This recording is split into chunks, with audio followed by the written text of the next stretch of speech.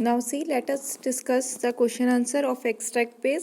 See, we were discussing a poem. In this poem, we have realized, see how the bird is making the tree alive by the voice, by its chicks, chicks voice. The birds, when the chicks, they are chirping, they are waiting for the mother, and how the mother bird is acting a engine. Okay, now see.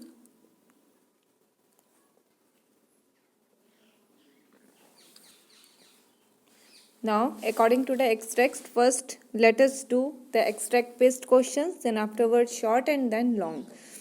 Now read the extract given below and answer the questions that follows. The laburnum top is silent, quite still. In the afternoon yellow, September sunlight, a few leaves yellowing, all its seeds fallen. Now see, what does laburnum top mean here? It is meaning the top part of the tree. Okay. And what has happened to the tree? See, it actually the month is September. So autumn season is there. So that's why it is the poet is expressing her views regarding the autumn season, how the trees are there. See, the poet describes the condition of the laburnum tree. The poet is describing the condition of the laburnum tree, that in the month of autumn season, how the leaves, they are turned yellow and they are falling down, and the seeds are also fallen. Okay. Now from the extract, the antonym of noisy. See, noisy,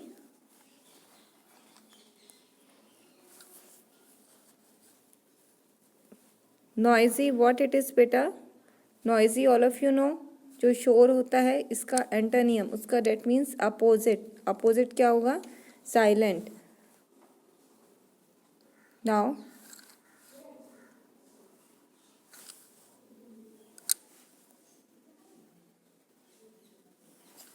Now see, read the extract given below and answer the question that follow. Now see, then sleek as a lizard and alert and abrupt, she enters the thickness, and a machine starts up of chittering and a tremor of wings and trillings, and the whole tree trembles and thrills. So देखो, एक mother bird के आने से जो एक चहचहाहट, जो एक movement हो जाती है, ये उसको एक्सप्लेन किया गया है इसमें. Okay.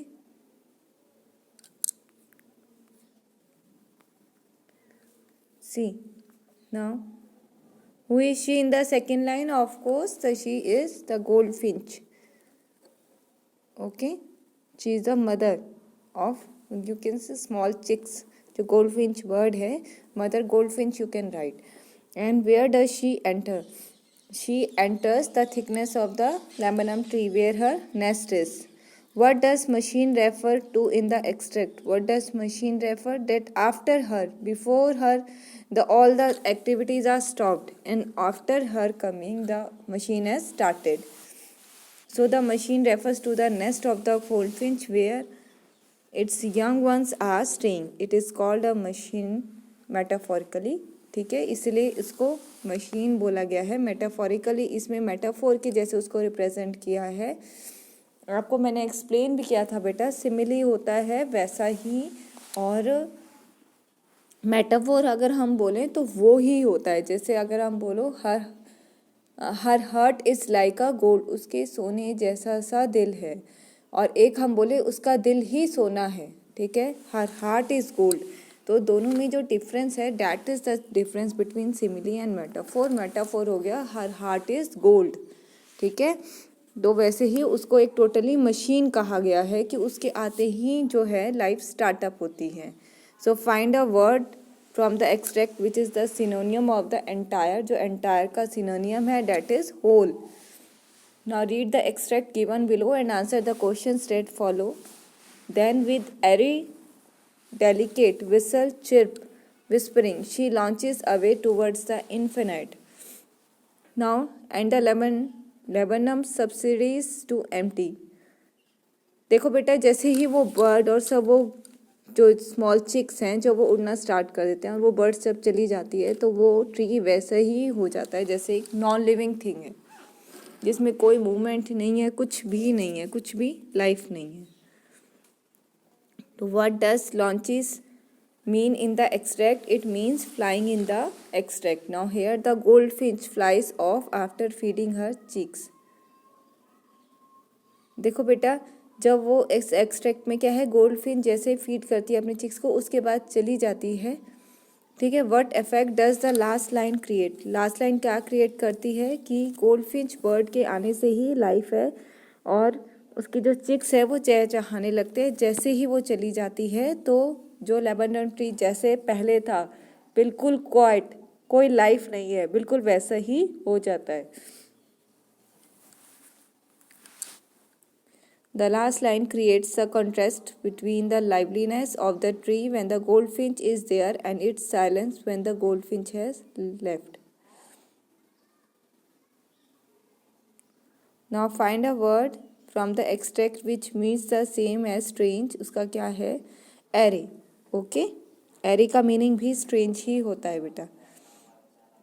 So why is the poet name the laburnum top? क्यों? क्योंकि उसके टॉप को फुल डिटेल एक्सप्लेन किया गया है। ठीक है, that's why it is named as laburnum top. The poet has been named the laburnum top because the top of the lemon tree has been described in the detail poem. Full poem के अंदर उसके top को ही detail तरीके से explain किया है। It is on the top of the laburnum tree that the nest of the goldfinch is located and where all the activity take place when the goldfinch visits the nest.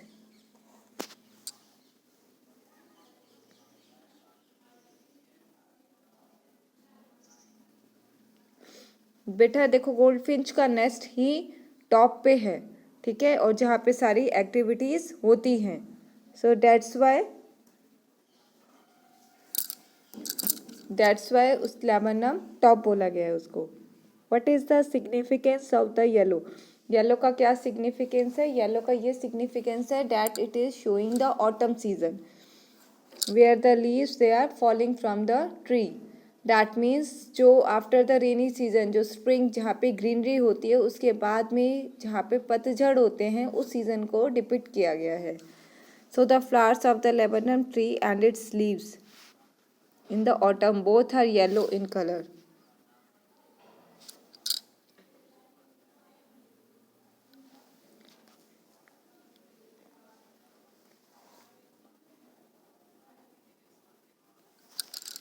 Now the flowers of the lebanum tree and its leaves both are yellow, दोनों yellow है उस colour में। Apart from this the goldfinch feathers are also, goldfinch के जो feathers हैं वो भी yellow हैं इन कलर। ठीक है, तो दोनों चीज़ को डिपिक्ट किया है इसने। The poem highlights the high security that the mother goldfinch ensures that her babies and the colour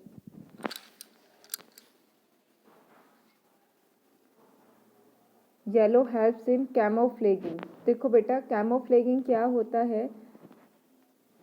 ये लिज़ार्ड की क्वालिटी होती है, जैसे गिरगिट की क्वालिटी होती है कि वो उसी कलर की हो जाती है जहाँ पे वो है, तो वो रिप्रेजेंट अलग से हाईलाइट नहीं होती, वो नहीं लगता है कि कुछ ऐसी कोई लिविंग बीइंग नहीं है। तो जैसे जो गोल्डफिंच है वो भी येलो कलर में है और लीव्स भी येलो कलर में है, तो वो बर्ड हाईलाइट नहीं होती। ठीक है, that is camouflaging the babies hence they escape being noticed by any predator. इसलिए कोई प्रेडेटर होता है जो उन्हें खा जाए, तो वो इसीलिए सबके खाने से बच जाती हैं। How is the tree transformed during the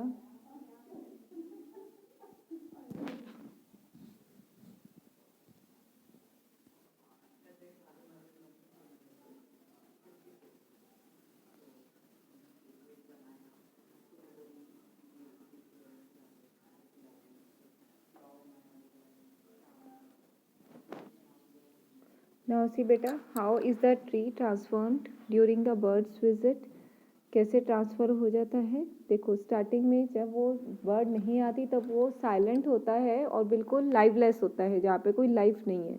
जैसे ही मदर बर्ड आती है उसमें चहचहाट हो जाती है, तो जो ट्री है वो एक लिवली बन जाता है ना। So after the goldfinch arrives on the tree, the silent and the still laburnum tree suddenly starts trembling and moving, उसमें अचानक से मूवमेंट स्टार्ट हो जाती है। The whole tree comes to life as the chicks of the goldfinch make a lot of noise as the chitter and thrill on seeing their mother. जो whole tree है ना वो कम्स टू लाइफ, उसमें life आ जाती है as the chicks, क्योंकि जो गोल्डफिंच के जो चिक्स हैं वो काफ़ी ज़्यादा नॉइस करते हैं। They chitter and thrill on seeing their mother, और वो खुश भी होते हैं। To what is the movement of the goldfinch compared, what is the basis for the comparison. Goldfinch को किससे कंपेरिजन किया गया है? गोल्डफिंच को एक लिजार्ड से कंपेरिजन किया गया है, जो गेस नहीं कर सकता कि वो कब नेक्स्ट कदम रखेगी।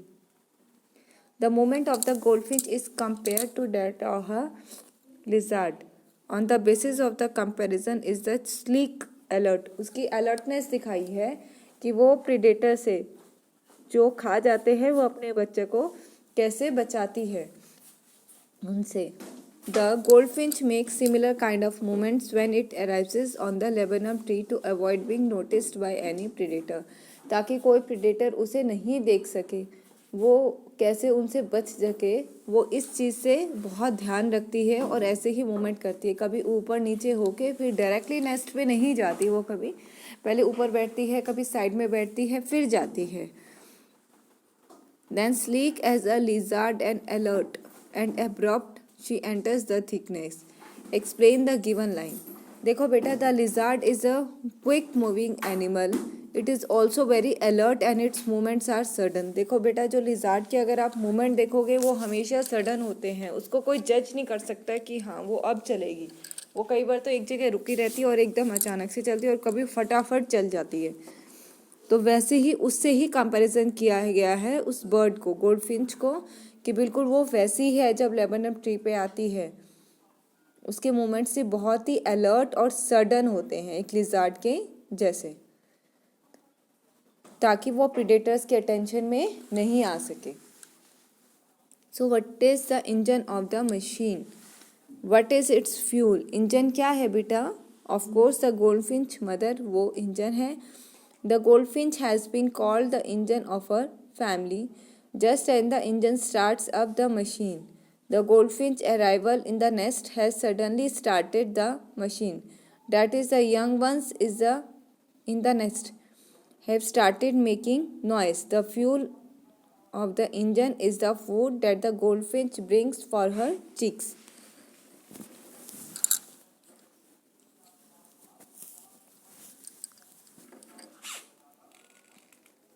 Now see, the goldfinch has been called, वो इंजन कही गई है फैमिली की, as just as the engine start, जैसे ही इंजन स्टार्ट होता है मशीन का।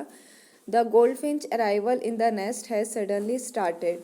तो गोल्डफिंच का देखो, जैसे वो गोल्डफिंच जैसे स्टार्ट होती है वैसे उसकी मशीन भी स्टार्ट हो जाती है। जैसे गोल्डफिंच आती है लेमन ट्री पे तो उसकी फैमिली में, तो वैसे जैसे एक मशीन भी स्टार्ट हो जाती है वैसे हो जाता है। The young ones in the nest have started, young ones जो है वो चहचहाने शुरू कर देते हैं। And the fuel of the engine क्या है? फूड, जो गोल्डफिंच लेके आती है अपने चिक्स के लिए, that is the fuel. Now how does laburnum tree ensure security for the nesting? कैसे सिक्योरिटी शो करती है? It is like a lizard.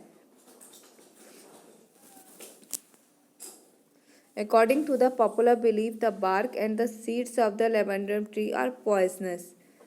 देखो बेटा, ये हम सभी जानते हैं जो लेबनम ट्री है वो पॉइजनस होता है, ठीक है। So predators normally do not come near the tree, इसलिए जो प्रीडेटर्स है वो आते ही नहीं ट्री के पास में, क्योंकि उसके सीड्स, उसके फ्रूट भी डेंजरस है, और फिर वो भी येलो है और जो गोल्डफिंच है वो भी येलो है, तो सेम कलर हो गया, वो भी हो गया, plus how she is coming to her nest, that all the three parts they shows.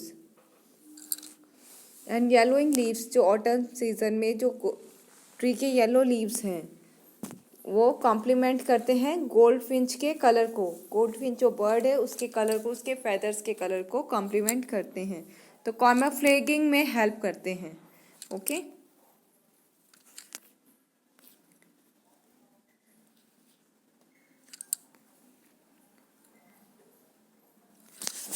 explain the line and the laburnum subsidies to empty.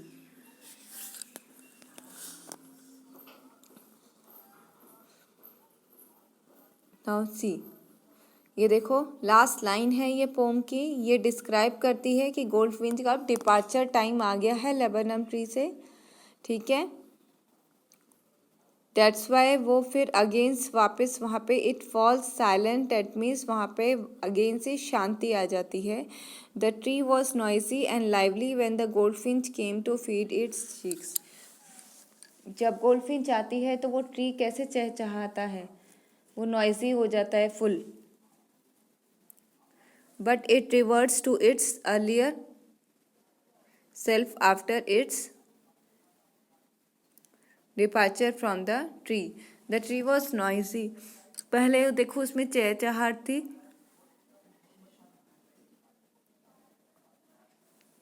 और लाइवलीनेस थी जब वो गोल्डफिंच आती है, लेकिन जब वो मदर आती है अपनी चिक्स को खिलाने के लिए,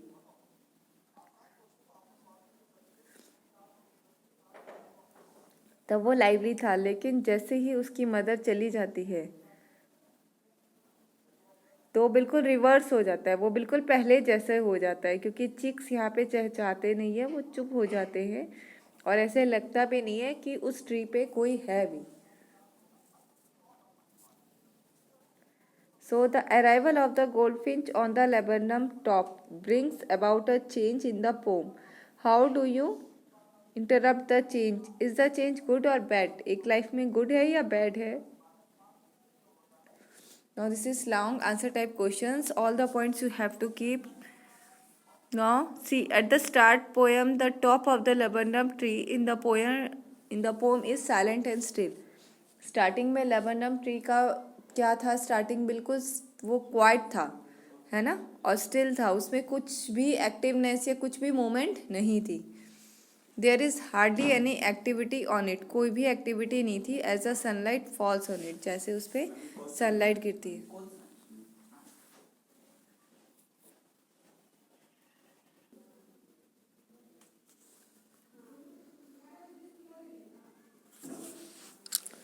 Now let us see, we were doing long answer type question. In this, see, the arrival of the goldfinch on the laburnum top brings about a change in the poem. How do you interpret this change? Is change good or bad? Now this we were doing, so all points we have to discuss in this.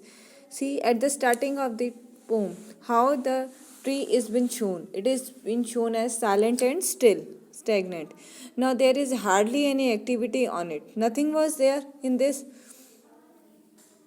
Now as the sunlight falls on it on September afternoon, however, with the now see everything was there, means some sunlight was there, everything was there. Only the thing which was missing, that was liveliness. So how it appeared in this? When the arrival of the goldfinch bird has come, at that time changes were brought. The silence was broken. Okay. Now see, it suddenly become a place of feverish activity. See, like chirping of the chicks, and the movement of the bird. See how it brought all the liveliness. The silence of the place is broken by the twittering and chirping of the chicks and the goldfinch. The silence was broken by the chick's voice. I think that the change brought about by the arrival of the goldfinch on the laburnum top is good. Yes, it is good because it has brought the liveliness, life, है ना। जो एक stagnant एक still point था उसने broke out कर दिया, silence broke out कर दी, और कुछ एक्टिविटीज मूवमेंट स्टार्टअप हो गई, जनरेटिंग ऑफ लाइफ स्टार्ट हो गई। As it breaks the monotony, जो एक मोनोटोनी था, मतलब एक बोरसम वाली लाइफ थी, the tree becomes अलिव and lively with the movement of the goldfinch and the twittering and the chirpings of the cheeks. Now change can be good or bad in life depending on a situation. See beta, the whenever you brought the change, it can be good also, it can be bad also.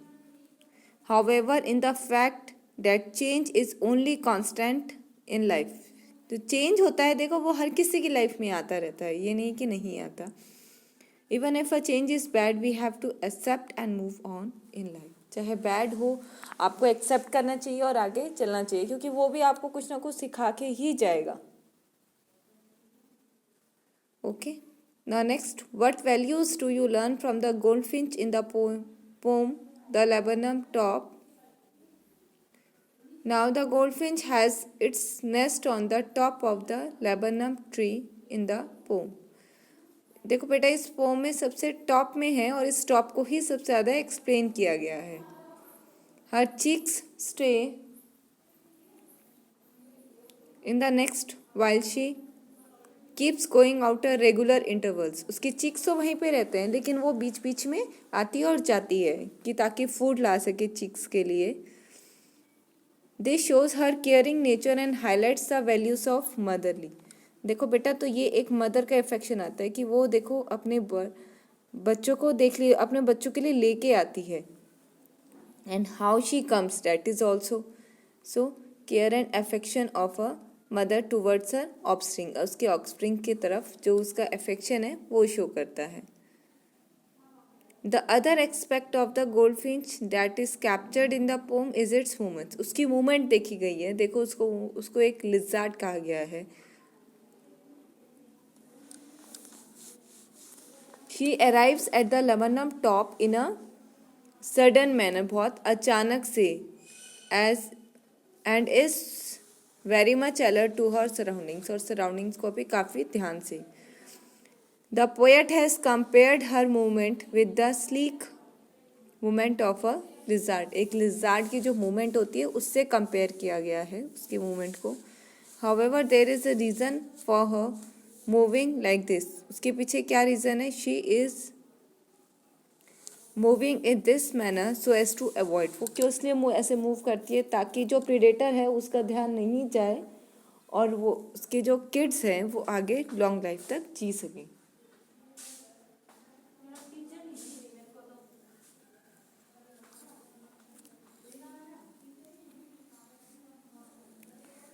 She does not want any predator to know her cheeks.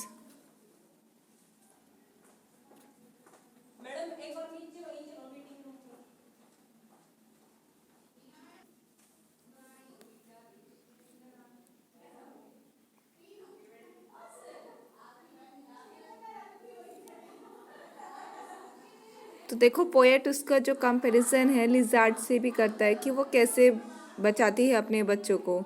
ठीक है, to know her cheeks, उसका जो rest कर रहे हैं everything कि predators उनको किल नहीं कर दें, तो वो सेफ्टी एंड एवरीथिंग वो पॉइंट्स माइंड में रखती है. Okay, so I hope till here it is clear. Now I will the next meeting I will discuss the another chapter. So I hope till here it is clear to you. If you want to note it down, please note it down. Okay.